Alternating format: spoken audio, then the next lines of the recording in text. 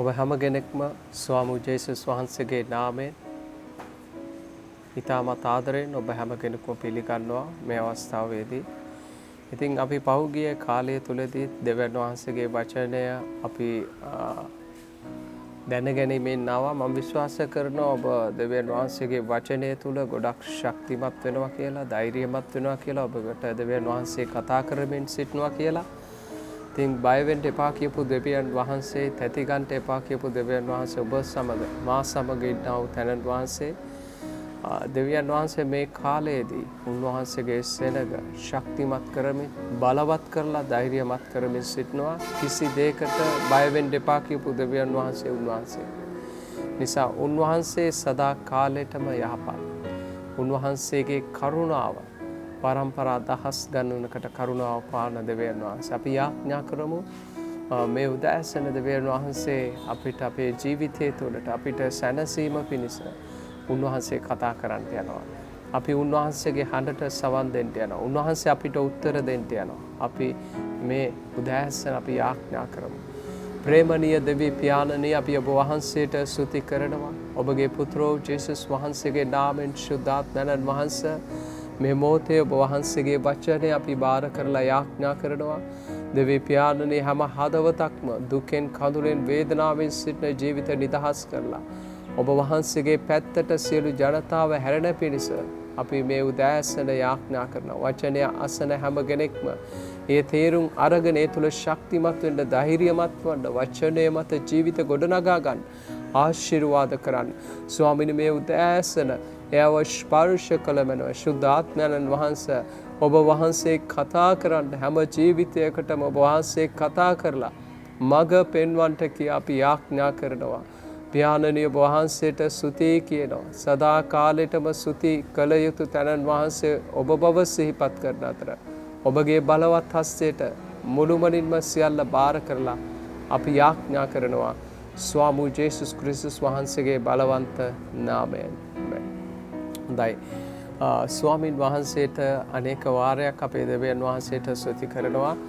මන්දයත් උන්වහන්සේ ස්තුති කළ යුතු තැනන් වහන්සේ උන්වහන්සේ පමණයි. ඉතින් අපි අද දවසේ උන්වහන්සේගේ වචනය අපි බලන්ට යනවා. උන්වහන්සේ අපට කතා කරන්නට යන වචනය අපි ස්වර්ගික පියාණන් වහන්සේ ගැන අපි බලන්ට යනවා. අපිට ඉන්නවා සදාතන පියෙක්. උන්වහන්සේ සදා කාලික පියෙක් ලෙස අපේ ජීවිතයට ඉන්නවා. ඉතින් අපි පළමුවෙන් අපි උන්වහන්සේගේ වචනය අපි බලන්ට යන්න ඕන. සදාතනික පියා ගැන ජේසුස් ක්‍රිස්තුස් වහන්සේ නිතරම පියාණන් වහන්සේ ගැන කතා කරා. මේ දක්වා මගේ පියාණන් වහන්සේ මට කතා කරමින් සිටනවා. මේ දක්වා පියාණන් වහන්සේ කතා කරමින් සිටනවා. මම මාගේ පියාණන් වහන්සේගේ කැමැත්ත කරන්නට මේ පොළවට ආවේ කියලා උන්වහන්සේ කිව්වා. එතකොට පුත්‍රයෙක් ලෙස යේසුස් වහන්සේත්, එතකොට පියාණන් වහන්සේත් අතර තිබුණු සම්බන්ධතාව. එනිසා ජේසුස් වහන්සේ පියාණන් වහන්සේට පිය පුත්‍රයෙක් හැටියට සිටියා. බලන්න දේව වචනේ කතා කරනවා ජේසුස් ක්‍රිස්තුස් වහන්සේ බෞතිස්මය කරලා දියෙන් ගොඩට එද්දිම මොනවද පියාණන් වහන්සේ කිව්ව? මේ මාගේ ප්‍රේමවන්ත පුත්‍රයා, මම මොහු කෙරෙහි අතිශයින් ප්‍රසන්න වෙමි, සන්තෝෂ වෙමි. එතකොට පියාණන් වහන්සේ ජේසුස් ක්‍රිස්තුස් වහන්සේ කෙරෙහි ඉතාමත් සන්තෝෂ වුණා. එතකොට මේ සන්තෝෂය අපි දකිනවා ජේසුස් වහන්සේ පුත්‍රයෙක් හැටියට තම පියාව සතුටටපත් කරා. පියාණන් වහන්සේගේ කැමැත්ත කරා. එයා නිතරම ජේසුස් වහන්සේ කතා කරලා කිව්වා මාගේ පියාණන් වහන්සේ මට කතා කරනකන් ඉන්නේ. එතකොට නිතරම අපි දකිනවා පියාණන් වහන්සේ කතා කරන එක, වචනේ කතා කරනවා. පුත්‍රයෙක් හැටියට ඇහුවා. පුත්‍රයෙක් හැටියට තාත්තට කීකරු වුණා සදාතනික පියාණන් වහන්සේට. එතකොට අපි දකිනවා මේ වචනය තුල අපි බලලා ඉදිරියට අපි පහද ගන්න යනවා. දෙවියන් වහන්සේ අපිට දුන්නු පුත්‍රකමේ ආත්මය.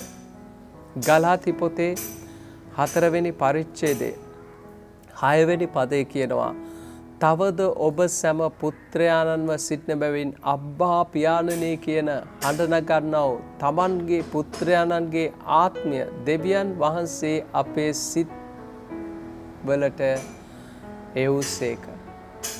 දේව වචනේ කතා කරනවා අබ්බා පියාණනි කියන හඬ නගන්නා වූ පුත්‍රයාණන්ගේ ආත්මය. අබ්බා පියාණනි මගේ පියාණනි. එහෙම නැත්නම් ප්‍රේමණීය ප්‍රියාණනි. හඬ නගන්නා වූ පුත්‍රකමේ ආත්මය ක්‍රිස්තුස් වහන්සේ තුලින් අපිට නිදහස් කරලා තිබෙනවා. එතකොට බලන්න මේ ප්‍රේමණීය පියාණන් වහන්සේ අපිට කියන්න පුළුවන්, අපිට ආමන්ත්‍රණය කරන්න පුළුවන්, අපිට කතා කරන්න පුළුවන් කොහොමද අබ්බා පියාණනි මගේ පියාණනි. අබ්බා පියාණනි කියලා කතා කරන්න පුළුවන් කමක් අපිට පැමිණිලා තිබෙනවා. දේව වචනේ කියනවා දැන් ඒ වචනේ තුල ගලාතී 4:7 වෙනි පදයට අපි බලන්න යනවා. මෙසේ ඔබ තවත් 16ක් නොව පුත්‍රයෙක්ය. පුත්‍රයෙක් නම් දෙවියන් වහන්සේ කරුණු කොටගෙන උරුමකාරය. බයිබලයේ කියනවා පුත්‍රයෙක් නම් උරුමකාරය. එතකොට අපිට දීලා තිබෙන උරුමය, පුත්‍රකමේ උරුමය, පියාණන් වහන්සේගෙන් අපිට ලැබිලා තිබෙන උරුමය මොන වගේ දෙයක්ද? අපි උරුමකාරයෝ. එතකොට පියාණන් වහන්සේ කැමති වුණා දහස්කමේ ආත්මයක් නොවේ අපිට දීලා තියෙන්නේ පුත්‍රකමේ ආත්මය. දහස්කමේ ආත්මය සහ පුත්‍රකමේ ආත්මය වෙනසක් තියෙනවා. පුත්‍රකමේ ආත්මය කියන්නේ උරුමය ලබන සෙනග. මේ තලය තුල උරුමය ලබන සෙනග. එතකොට අපි ක්‍රිස්තුස් වහන්සේ කරුණු කොටගෙන දෙවියන් වහන්සේගේ ආත්මය අපි දේව වචනේ කතා කරනවා උරුමකාරයෝ කියලා. උරුමය ලබන්නා වූ සෙනගක් කියලා. මොනවටද අපි උරුමය ලබන්න ඕන? අපේ පියාණන් වහන්සේ අපිට පියෙක් ඉන්නවා. සදාකාලික පියාණන් වහන්සේ ඉන්නවා. සදාතනික පියාණනි අබ්බා පියාණනි කියලා කියන්න පුළුවන්. මගේ පියාණනි කියලා කියන්න පුළුවන්. එතකොට අපි දකිනවා ජේසුස් වහන්සේ උන්වහන්සේ කතා කරලා කියනවා මාගේ පියාණන් වහන්සේගේ ගෘහයේ බොහෝ වාසස්ථාන තිබෙනවා. මම ඔබට තැනක් පිළියෙල කරන පිණිස යමි කියලා යේසුස් වහන්සේ කිව්වා. එතකොට යේසුස් වහන්සේ අපිට තැනක් පිළියෙල කරන්න ගියා. කොහෙද? පියාණන් වහන්සේගේ ගෘහයේ ඔබට තැනක් පිළියෙල කරන පිණිස කියලා. එතකොට අපි දකිනවා දෙවියන් වහන්සේ අපිට මේ පොළවේ අපිට පියෙක් තබලා තිබෙනවා. එතකොට ඒ වගේම ස්වර්ගික පියෙක්, සදාතනික පියෙක් අපිට සිටිනවා. එතකොට උන්වහන්සේ සදාතනික තැනන් වහන්සේ ස්වර්ගයේ වැඩ සිටින අපිට යාඥාවක් කරන්න පුළුවන්. ස්වර්ගයේ වැඩ සිටින අපගේ පියාණනි ඔබගේ නාමයට ගෞරව වේවා. අපගේ පියාණනි ඔබගේ නාමයට ගෞරව වේවා. ඔබගේ කැමැත්ත වේවා. ඔබගේ කැමැත්ත ස්වර්ගයෙන් පොළවේ ඉද ඉටු වේවා. එතකොට දෙවියන් වහන්සේගේ කැමැත්ත, ස්වර්ගික කැමැත්ත මේ පොළොවෙත් කරන එක දෙවියන් වහන්සේගේ කැමැත්ත. නිසා මේ දෙවියන් වහන්සේගේ සදාතනික පියාණන් වහන්සේත් ඔබත් මාත් අතර තිබෙන ඒ සම්බන්ධතාවය නම් අපිට සදාකාලික පියෙක් ඉන්නවා. උන්වහන්සේ අපිට කතා කරන්න පුළුවන් අබ්බා පියාණනි කියන මගේ පියාණනි, මගේ තාත්තා, මගේ සදාතනික පියාණනි කියලා කතා කරන්න පුළුවන් පුත්‍රකමේ ආත්මය අපේ හදවත් තුලට එවලා තිබෙනවා. එතකොට අපි පුත්‍රයෝ කියලා ආත්මයන්න් වහන්සේ අපේ ආත්මය එක්ක සාක්ෂි දෙන්න යනවා. දේව වචනේ තුල කතා කරන ලබනවා අපි දෙවියන් වහන්සේගේ හවුල් උරුමකාරයෝ ක්‍රිස්තුස් වහන්සේ තුලින් පුත්‍රකමේ ආත්මය ලබලා දැන් අපිට කතා කරන්න පුළුවන් මගේ අබ්බා පියාණනි කියලා. එතකොට ස්වර්ගයේ වැඩ සිටිනා වූ තැනන් වහන්සේ උන්වහන්සේට අපිට කතා කරන්න පුළුවන්. අපිට උන්වහන්සේට අපිට යාඥා කරන්න පුළුවන්. මගේ පියාණන් වහන්සේට යාඥා කරන්න පුළුවන්. එතකොට උන්වහන්සේගේ කැමැත්ත ඉෂ්ට කරන පිණිස යාඥා කරන්න පුළුවන්. ඒ අපි දකිනවා ජේසුස් වහන්සේ යාඥා කරපු අවස්ථාවන් අපි දකිනවා. ජේසුස් වහන්සේ කියනවා පියාණනි මගේ කැමැත්ත ලෙස නොව ඔබගේ කැමැත්ත ලෙස සිදු වේවා කියලා පුත්‍රයෙක් හැටියට පියාණන් වහන්සේගෙන් ඉල්ලනවා. ඔබගේ ජීවිතෙත් මේ කාලයේදී ඔබ මුණ දෙන සෑම දෙයක්ම කියන්න පියාණනි මගේ කැමැත්ත ලෙස නොවේ ඔබගේ කැමැත්ත ලෙස සිද්ධ වේවා කියලා ඔබට පුළුවන් යාඥා කරන්න. ඔබේ ස්වර්ගික පියාණන් වහන්සේට කියන්න පුළුවන් ඔබගේ කැමැත්ත ඉෂ්ට කරන්න. දැන් අපි දකිනවා ජේසුස් වහන්සේ අවසාන මොහොත තුලදී ඒ දුක් විඳීමේ කුසලාන තුලින් මාව මේ දුක් විඳීමේ කුසලානය තුලින් පුළුවන් නම් මේක මගෙන් අයින් කරන්න ඒත් මගේ කැමැත්ත ලෙස නොව ඔබගේ කැමැත්ත ලෙස සිද්ධ වේවා. එතකොට පුත්‍රයෙක් හැටියට නිතරම තාත්තගේ කැමැත්ත ජේසුස් වහන්සේ බැලුවා නිතරම තාත්තගේ කැමැත්ත ඇහුවා. මගේ කැමැත්ත ලෙස නොව ඔබගේ කැමැත්ත ලෙස සිද්ධ වේ. දැන් අපිට අද දවසේ යාඥා කරන්න පුළුවන් අපි මූණ දෙන සෑම දෙයක් තුළදී මගේ කැමැත්ත නොවේ පියාණනි ඔබගේ කැමැත්ත ලෙස මගේ ජීවිතේ සිද්ධ කරන්න කියලා අපිට කියන්න පුළුවන් කමක් හැකි වෙනවා. ඉතින් අපිට දීලා තිබෙන්නේ උරුමේ ආත්මයක්. අපිට දීලා තිබෙනවා අපි දාසයෙක් නොවේ පුත්‍රයෙක් නම් දෙවියන් වහන්සේ කරුණු කොටගෙන උරුමකාරයෙක්. පුත්‍රයෙ නම් දෙවියන් වහන්සේ කරුණු කොටගෙන අපි උරුමකාරයෙක්. එතකොට අපි උරුමය ලබන සෙනග. එතකොට අපි දකිනවා ජේසුස් වහන්සේ නිතරම තම තාත්තව ප්‍රසන්න කරා. තාත්තගේ කැමැත්ත කරා. ස්වර්ගික කැමැත්ත කරා. පුත්‍රයෙක් හැටියට දැන්. ඒතර අපිටත් පුළුවන් වෙන්න ඕන පියාණන් වහන්සේගේ කැමැත්ත ඉෂ්ට කරන්න. එතකොට උන්වහන්සේගේ කැමැත්ත කරන අය තමයි ස්වර්ගික වාසස්ථානවල සිටින බව දේවචනේ කතා කරන්නේ. ඔබට පුළුවන් කමක් තිබෙනවද? මගේ දේ නෙවෙයි. මගේ කැමැත්ත නොවේ. පියාණනි ඔබගේ කැමැත්ත ලෙස මේවා සිද්ධ වෙන්න කියලා ඉල්ලන්න පුළුවන් කමක් හැකි වෙයි. එසේනම් දෙවියන් වහන්සේට ප්‍රේම කරන දරුවනේ දෙවියන් වහන්සේ අපිට කැමති අපි උන්වහන්සේට කතා කරනවා. අපිට පුළුවන් බයිබලයේ කියන අබ්බා පියාණනි කියලා අපිට දැන් යාඥා කරන්න පුළුවන්. අපේ තාත්තට අපි කියන දේ උන්වහන්සේට තේරෙනවා. උන්වහන්සේ නිදිබර වීමක් නිදාගන්මක් නැතුව අපේ ඉල්ලීම් අසනවා. උන්වහන්සේ ඔබ කියන්නේ මොනවද? ඔබ යාඥා කරන්නේ ඔබ ඉල්ලන්නේ මොකද්ද? උන්වහන්සේට මේ හැම දෙයක්ම තේරුම් ගන්න පුළුවන්කම හැකි වෙනවා. ඒ නිසා අපි දකිනවා ජේසුස් වහන්සේ ඇවිල්ලා ස්වර්ගික පියාණන් වහන්සේට ප්‍රිය පුත්‍රයෙක් වුණාක් මෙන් අපිටත් පුළුවන්කම තිබෙන්න ඕන ජේසුස් වහන්සේ අපේ ජීවිතයේ ආදර්ශයට අරගෙන අපි පියාණන් වහන්සේට අපි ප්‍රසන්න දරුවන් හැටියට උරුමය ලබන දරුවන් හැටියට ඔව් මගේ කැමැත්ත නොවේ පියාණනි ඔබගේ කැමැත්ත ඉෂ්ට කරන්න පුළුවන් කියලා අපිට කියන්න පුළුවන් කමක් අපිට ඇති වෙන්න ඕන. ඒක තමයි උන්වහන්සේගේ වචනේ කතා කරනු ලබන්නේ. අපි රෝම පොතට ගියොත් රෝම පොතේ 8 වෙනි පරිච්ඡේදයේ රෝම පොතේ 8 වෙනි පරිච්ඡේදයේ සඳහන් වෙනවා 15 වෙනි පදය තුල අපි දකිනවා 15 වෙනි පදේ කියනවා මක්නිසාද ඔබ සැම බය උපදවන දාසකමේ ආත්මය නැවත නොලබා පුත්‍රකමේ ආත්මය ලබාගත්තෝ එයින් අපි අබ්බා පියාණනි කියා හඬගසමු.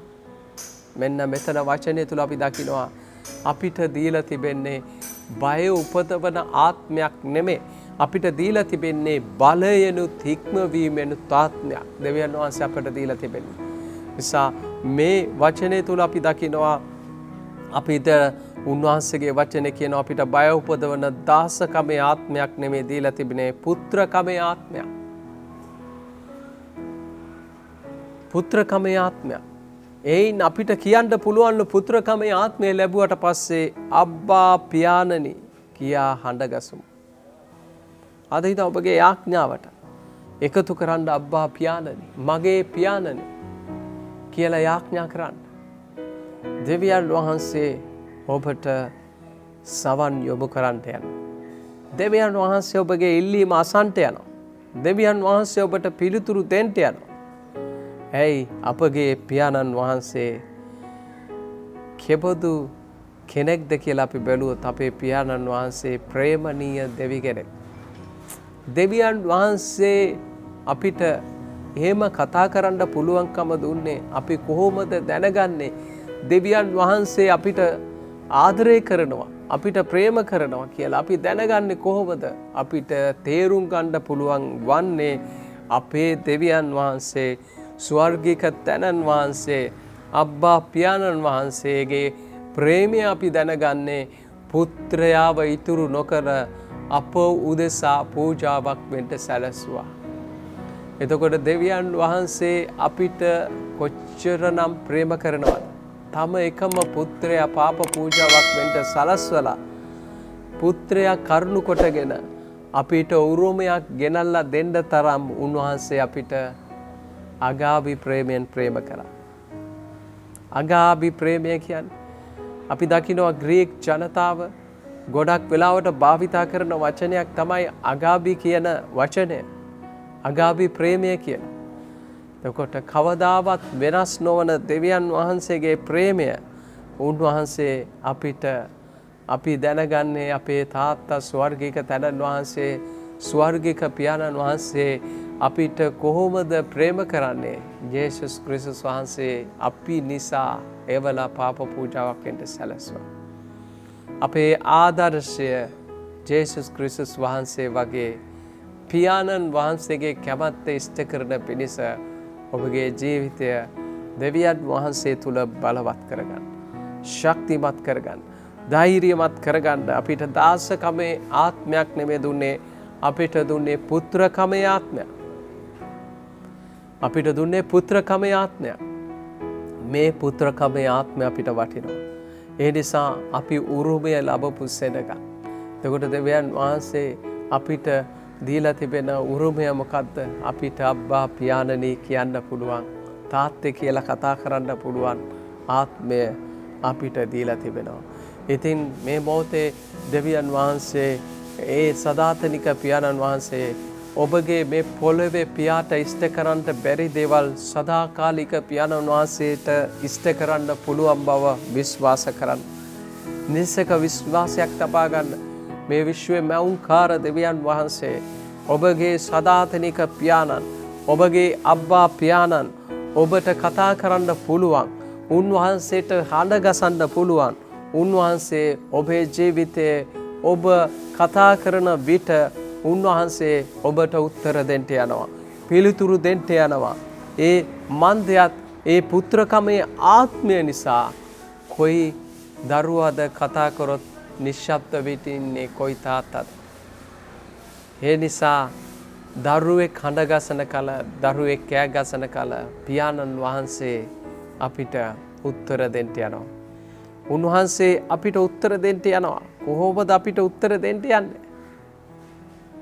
උන්වහන්සේ අපිට කොහොමද උත්තර දෙන්න යන්නේ? අපි යාඥා කරන්න.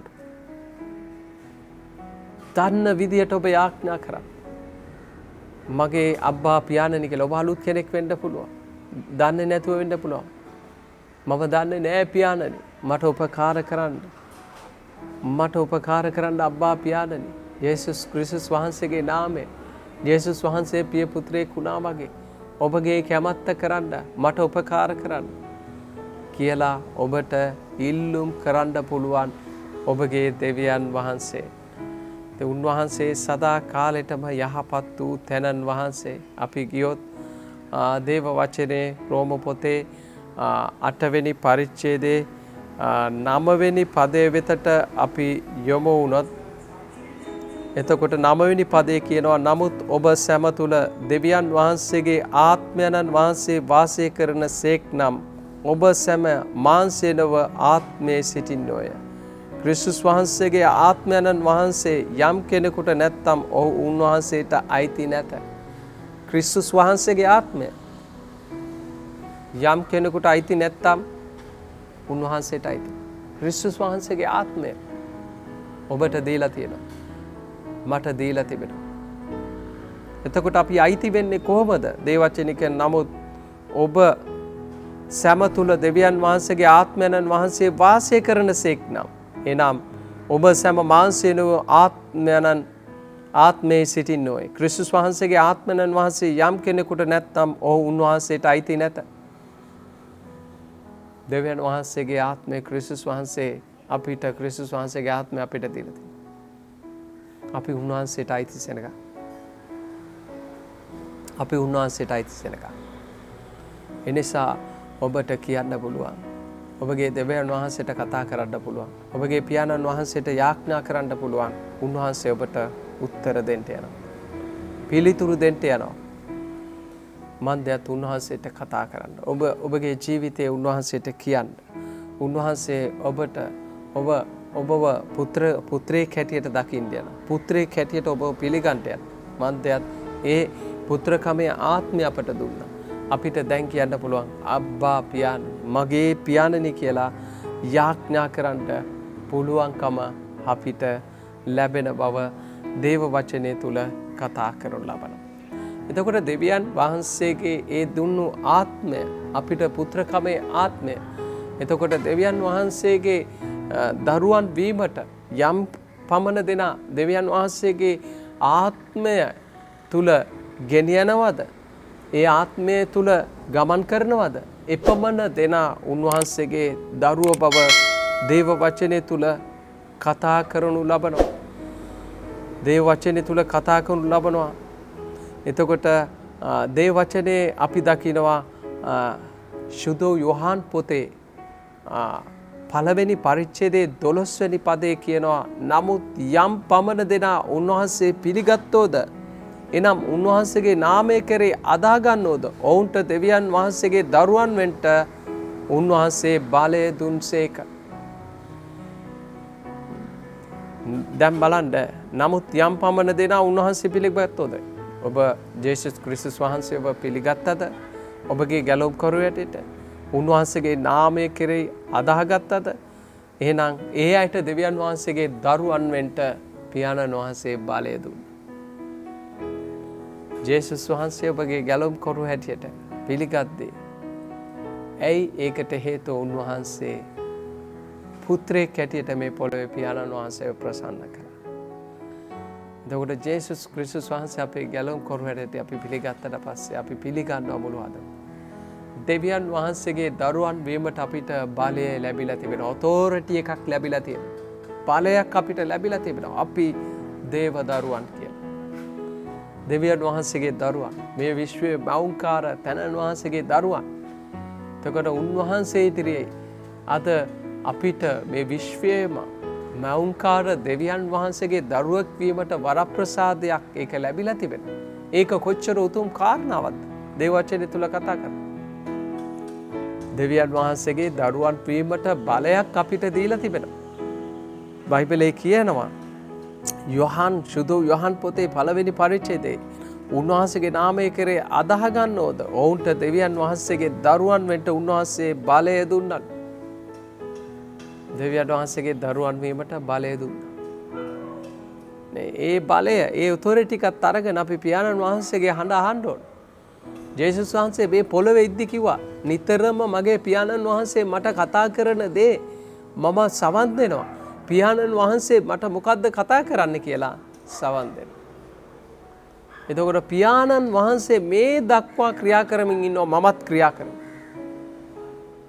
එතකොට ජේසුස් වහන්සේ පියාණන් වහන්සේගේ ක්‍රියාව කාර්යයක් හැටියට උන්වහන්සේ ක්‍රියා කරා. තමන්ගේ පියාගේ ගති පැවතුම් පුත්‍රයාට තිබුණා. ඒ වගේ දෙවියන් වහන්සේ සදාකාලික පියාණන් වහන්සේ ඔබ උන්වහන්සේගෙන් ඈත් වෙලා ඉන්නවා නම් උන්වහන්සේ බලා සිටිනවා. ඔබ නැවත උන්වහන්සේට කතා කරන එක. නැවත උන්වහන්සේ ඔබ වෙතට එනකම් බලාගෙන ඉන්නවා. ඇයි? ඒ පියාණන් වහන්සේ ඔබට කොච්චර ප්‍රේම කරනවද කියලා ඔබ දැනගෙන ඉන්නවද? ඒක ඔබගේ ජීවිතයට දැනගන්න සලස්වයි. ඔබ උන්වහන්සේගෙන් ඈත් වෙලා ඉන්නවද? ඒ ස්වර්ගික පියාණන් වහන්සේ බලාගෙන ඉන්න ඔබ එනකම් අපි දකිනවා අර අකීකරුකමේ පුත්‍රයාගේ උපමාව තුළ එයා පිළිගත්තා ස්වර්ගික මගේ සදාකාලික පියාණන් වහන්සේට මම වරදක් කළා. මම නැවත මගේ තාත්තාගේ වෙතට යන්න ඕන කියලා එයා හැරිලා ගියා. එයා ස්වර්ගික පියාණන් වහන්සේගේ කමාව ලබා ගත්තා. මේ පොළොවේ ඉන්න පියාගෙනුත් කමාව ලබා ගත්තා. ඉන්පසුව පියා බලාගෙන හිටියා දෑත් වීදගෙන මගේ පුතා නැවතෙයි කියලා. ඒ වගේ දෙවියන් වහන්සේගෙන් ඔබ ඈත්ව යාඥාවෙන් ඈත්ව උන්වහන්සේත් එක්ක තිබෙන ඒ සම්බන්ධතාවයෙන් ඈත්ව සිටනවා නම් මාගේ ස්වර්ගික පියාණන් වහන්සේ බලා සිටනවා නැවත ඒ කතාව අලුත් කරගන්න. නැවත ඒ සම්බන්ධතාවය අලුත් කරගන්න. ඔබ දෙවියන් වහන්සේට ලන් වෙන්න. දෙවියන් වහන්සේට ඔබ කතා කරන්න. දෙවියන් වහන්සේ ඔබට පිළිතුරු සපයන්ට යනවා. ඒ නිසා ඔබ නැවතෙනකම් ඔබ කතා කරනකම් ඔබගේ තාත්තා බලාගෙන සිටිනවා. ඒ නිසා ස්වර්ගික පියාණන් වහන්සේ අපිට කොච්චර ප්‍රේම කරනවද කියන එක අපි බැලුවා. උන්වහන්සේ කොපමණ ආකාරයට අපිට ප්‍රේම කරනවද කියලා අපි බැලුවා. ඒ නිසා අද දවසේ අපි බලන්නේ අපිට සදාතනික පියෙක් ඉන්නවා. ස්වර්ගික පියාණන් වහන්සේ ඉන්නවා. උන්වහන්සේ තමයි සදාතනික පියා. අපිට බොහෝ පොළොවේ පියවරු නැති අපිට ඉන්නවා එක සදාතනික නැති නොවන සදාකාලික පියාණන් වහන්සේ. ඒ සදාකාලික පියාණන් වහන්සේට අපි අපේ ජීවිතේ බාර කරන්න ඕන. අපේ තාත්තට අපේගේ කාරණාව කියන්න ඕන. නිසා අපිට දීලා තිබෙන ආත්මය තමයි පුත්‍රකමේ ආත්මය අපිට දීලා තිබෙනවා. එහෙනම් අපි යේසුස් වහන්සේගේ නාමය කෙරේ අදාහගත්තට පස්සේ දෙවියන් වහන්සේගේ දරුවන් වීමට අපිට බලයක් ලැබුවා. ඒ බලය ඉහළින් ලැබපු දෙයක්. එහෙනම් දෙවියන් වහන්සේගේ බලය ලැබලා තිබෙනවා දේව දරුවන් වීමට. ඔබ දේව දරුවෙක්. ඔබට මේ පොළොවේ පියෙක් නැතු යන්න පුළුවන්. එනමුත් සදාතනික පියාණන් වහන්සේ ඔබගේ කාරණා ඉෂ්ට කරන්න යනවා. මේ පොළොවේ ඔබට ඔබගේ පියාවෙන් පොළොවේ පියාගෙන් යුක්තිය ඉෂ්ට වුණේ නැද්ද? පොළොවේ පියාගෙන් ඔබගේ ජීවිතේ කාරණා ඉෂ්ට වුණේ නැද්ද? එනමුත් ස්වර්ගික පියාණන් වහන්සේට පුළුවන් මේ සියල්ල සම්පූර්ණ කරන්න. ඔබට තාත්තා කෙනෙක් නැතු යන්න පුළුවන්. නමුත් ඔබට ඉන්නවා සදාකාලික පියාණන් වහන්සේ. උන්වහන්සේගේ ආදරේ කරුණාව අත්දකින්න. උන්වහන්සේට ඔබ කතා කරන්න. උන්වහන්සේව අත්දකින්න පුළුවන් අපේ ජීවිතය තුළ. උන්වහන්සේ කවදාවත් වෙනස් නොවන සදාකාලික තැනන් වහන්සේ. එනිසා මේ මොහොත තුළ අපි දෙවියන් වහන්සේ ඉදිරියේ බැලුවේ සදාකාලික පියාණන් වහන්සේගේ ඒ ප්‍රේමය, සදාකාලික පියාණන් වහන්සේගේ දයාව, සදාකාලික පියාණන් වහන්සේගේ කරුණාව, සදාකාලික පියාණන් වහන්සේගේ ඒ උතුම්කම අපි අත්දකින්න ඕන. නිසා උන්වහන්සේ ඔබටත් මටත් බලයක් නිදහස් කරලා තිබෙනවා දේව දරුවන් වීමට. එනිසා ඔබත් මමත් මේ වචනය අසන ඔබ හැම කෙනෙක්ම දෙවියන් වහන්සේගේ දරුවන්. ඔබගේ පියාණන් වහන්සේගේ හඬට සවන් දෙන්න මන්දයක් දෙවියන් වහන්සේ ඔබට උත්තර දෙන්න යනවා. දෙවියන් වහන්සේ ඔබ සමග කතා කරන්න යනවා. ඔබ කතා කරනකම් බලා සිටිනවා. ඔබට පුළුවන් හැකි හැම මොහොතක්ම ඔබේ ස්වර්ගික දෙවියන් වහන්සේ සමග කතා කරන්න. හැකි හැම මොහොතක්ම කියන්න පුළුවන් අබ්බා පියාණනි, මගේ පියාණනි කියලා කතා කරන්න පුළුවන් පුත්‍රකමේ ආත්මය අපේ හදවත් තුළට අපිට දීලා තිබෙන්නේ පුත්‍රකමේ ආත්මයක්, දාසකමේ ආත්මයක් නෙමෙයි.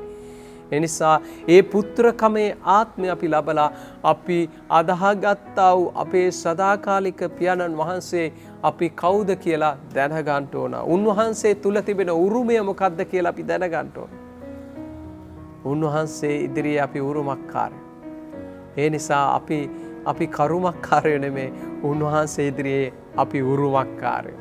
ඇයි ඒ උරුමය ලැබුණේ? ක්‍රිස්තුස් වහන්සේ අපි පිළිගත්තා ගැලම් කරු හැටියට පියාණන් වහන්සේගේ බලය නිදහස් කරා දේව දරුවන් වීමට. එනිසා අපි උරුමය ලබන සෙනගක් හැටියට අපි සිටින්න ඕන. ඒ උරුමය අපට අයිති. දෙවියන් වහන්සේ ඉදිරියේ ක්‍රිස්තුස් වහන්සේ තුලින් පැමිණිච්ච, ක්‍රිස්තුස් වහන්සේගේ ආත්මය තුලින් පැමිණිච්ච ඒ උරුමය අපිට අයිති. එහෙනම් අපි දැනගන්න ඕන ඒ උරුමයේ සම්පත මොනවද කියලා. නිසා අපිට දේව දරුවන් වීමට උන්වහන්සේ බලය දීලා තිබෙනවා. එනිසා ඔබ විශ්වාස කරන්න ඔබට සදාකාලික ස්වර්ගික පියෙක් ඉන්නවා. ඒ පියාණන් වහන්සේ ඔබේ ජීවිතේ කාරණා, ඔබ සම්බන්ධ කාරණා ඉෂ්ට කරන්නට යනවා. උන්වහන්සේට ලන් වෙන්න, උන්වහන්සේව සොයන්න. නිකන් නෙමෙයි සොයන්න ඕන, මුළු හදවතින් සොයද්දි තමයි උන්වහන්සේව අත්දකින්න පුළුවන් වෙන්නේ. මුළු හදවතින් උන්වහන්සේව සොයන්න, උන්වහන්සේව ඔබේ ජීවිතේ අත්දකින්න පුළුවන්කම හැකි වෙනවා. ඉතින් දෙවියන් වහන්සේට ප්‍රේම කරන දරුවනේ, මම විශ්වාස කරනවා මේ වචනේ තුල ඔබ ශක්තිමත් වෙලා, ධෛර්යමත් වෙලා දෙවියන් වහන්සේට ලන් වෙලා දෙවියන් වහන්සේගේ ආශිර්වාදය අත්දකින්නවා කියලා. ඔබ විශ්වාස කරන්ට ඔබ මොන තත්ත්වයේ පැටලලා හිටියත් දෙවියන් වහන්සේගේ අත කොට වෙලා නැහැ. ඔබගේ ජීවිතයේ ගලවන්නටත් මුදවන්නටත් ඔබට උපකාර කරන්නට යන ඔබගේ ඇදහිල්ල වැඩි කරගන්න ඔබේ විශ්වාසය වැඩි කරගන්න දෙවියන් වහන්සේ ඔබට පිළිතුරු ලබා දෙන්න යනවා. ඔබේ කාරණා ඉෂ්ට කරන්නට යනවා. ඔබ එක වචනයක් කිව්වොත් දෙවියන් වහන්සේ ඔබට උත්තර දෙන්නයි. දෙවියන් වහන්සේනනි මට උපකාර කරන්න. මට උපකාර කරන්න මේ අවස්ථාවේ. අබ්බා පියාණනි මට ඔබ වහන්සේ පිළිතුරු ලබා දෙන්න කියලා කිව්වොත් දෙවියන් වහන්සේ ඔබට පිළිතුරු ලබා දෙන්නයි. ඒ නිසා ඔබව දෙවියන් වහන්සේ සනසන්ට යනවා. ඒ නිසා සනසමින් ඔබ ඉදිරියට ගෙන යන්න යනවා. ඔබේ තාත්තව ඔබ දැනගන්න ඔබගේ තාත්තට සදාකාලික තනන් වහන්සේට කතා කරන්න උන්වහන්සේ ඔබට උත්තර දෙන්න යනවා. ඒ නිසා දෙවියන් වහන්සේ ඉදිරියේ මම ඔබට යාඥා කරන්නට යනවා. ඔබ මේ මොහොතේ මේ වචනේ සමග එක්සිත වෙන්න දෙවියන් වහන්සේ වද්දකින්න ඕන. ඔබ දෙවියන් වහන්සේගෙන් ඈත් වෙලා ඉන්නවනම් මම යාඥා කරන්නට යනවා ස්වර්ගික පියාණන් වහන්සේගේ අගාපි ප්‍රේමය අත්දකින්න පිණිස. අපි යාඥා කරමු. පියාණනි මම යාඥා කරනවා ස්වාමි ජේසුස් වහන්සේගේ බලවන්ත නාමයෙන් මේ මොහොතේ මේ වචනේ ඇසූ හැම කෙනෙක්ටම ඔබ වහන්සේගේ ස්පර්ශය ලබා දෙමින් ඒ අය මුහුණ දෙන සෑම ප්‍රශ්න ගැටලු වලට ඔබගේ විසඳුම නිදහස් කරන්න. ස්වාමිනේ මම යාඥා කරන ඔබගේ සැනසීම සමාදානය වැඩි කරන්න ඇදහිල්ල වැඩි කරන්න කියා යාඥා කරනවා. ස්වර්ගික පියාණන් වහන්සේ ඔබ වහන්සේව අත්දකින්න සලසන්න ඔබට කතා කරන්න යාඥාව වැඩි කරගන්න පියාණනි ඔබ වහන්සේගේ අපිට දීලා තිබෙන ඒ උරුමය අත්දකින්න ආශිර්වාද කරන්න කියා යාඥා කරනවා. අපිව ස්වාමිනී දාසකමේ ආත්මයක් නෙවෙයි ඒ උරුමය ආත්මයක් පුත්‍රකමේ ආත්මයක් අපට දුන් නිසා ස්තුති කියන අතර ඔබගේ බලවත් හස්තයට අපි බාර කරනවා ස්වාමිනී. මේ සෑම දෙයක්ම වචනය අසලා මේ හැම කෙනෙක්ම ශක්තිමත් වෙලා ඔබ ආශිර්වාද කර නිසා ස්තුති කියනවා. මම යාඥා කරනවා විශේෂයෙන්ම මොන වාතාවරණයේ මේ මොහොතේ සිටියත් ශුද්ධාත්මයන්ව ස්පර්ශ කරලා එළව නිදහස් කරලා එළව ආශිර්වාද කරන්න කියා යාඥා කරනවා. ඔබ වහන්සේ සියල්ලට විසඳුම ලබා දෙන්න නිසා ස්තුතියි. ආශිර්වාද කරන නිසා ස්තුතියි. ඔබ වහන්සේට ගෞරවය පුද කරනවා. ඔබ වහන්සේ උපකාර කරලා ඉදිරියට ගෙන යන නිසා ස්තුතියි. මේ වචනේ ඇසූ හැම කෙනෙක්ම ඔබගේ ස්පර්ශය තබමින් ඉදිරියට ගෙන යන්නට කියා යාඥා කරනවා. ගෞරවය ස්තුතිය ප්‍රශංසාව ඔබට පුද කරනවා ස්වාමි ජේසුස් වහන්සේගේ බලවන්ත නාමයෙන්. ආමෙන්. ඉතින් දෙවියන් වහන්සේට ප්‍රේම කරන දරුවනේ මේ වචනේ අහන ඔබ ශක්තිමත් වුණා නම් ඔබ ධෛර්යමත් වුණා නම් ඔබ මේකට පිළිතුරු සපයන මෙන් ඉල්ලා සිටනවා. ඒ වගේම ඔබ හැම කෙනෙක් උදෙසා අපේ දිනපතා යාඥාවලදී අපි යාඥා කරනවා අපිට ඔබව දකින්න බැරි වුණත් අපි ආත්මෙන් ඔබ සමග සම්බන්ධ වෙලා සිටිනවා. ඒ නිසා මේකේ තිබෙන ටෙලිෆෝන් නම්බර්ස් ඔබට යාඥාවන් අවශ්‍ය නම් මේකේ දමන ඒ ටෙලිෆෝන් නම්බර්ස් වලට ඔබ කතා කරන්න. අපි ඔබ උදෙසා යාඥා කරන්න බැඳී සිටිනවා. ඕනම අවස්ථාවක් තුළ අපි සමග කතා කරන්න අපි දෙවියන් වහන්සේ සමග සිටමින් ඔබට සේවය කරන්න අපි බැඳී සිටිනවා. ඔබ මේ වචනේ සමග සම්බන්ධ වෙලා හිටියා. ඔබ මේ වචනයත් එක්ක සම්බන්ධ වෙලා ඉන්න කෙනෙක් නම් සබ්ස්ක්‍රයිබ් කරලා නැත්නම් ඔබ සබ්ස්ක්‍රයිබ් කරන්න. ඒ බෙල් අයිටම් එක ඔබ ක්ලික් කරන්න. හැම දේශනාවක්ම ඔබට එන්නේයි. ඉතින් මේක ෂෙයා කරගන්න හැම කෙනෙකුටම සහනයක් මේ වචනේ දැනගන්න පිණිස මේ කාලයේදී සෙනග ශක්තිමත් වන පිණිස ධෛර්යමත් වන පිණිස ඔබ මේක එකිනෙකිනාට බෙදා ගන්නට. ඉතින් මේක ඔබට ආශිර්වාදයක් වෙන්න යනවා. ඔබ හැම කෙනෙකුටම සුබ දවසක්. ශබත් ශාලෝම්. ජේසුස් වීතයි.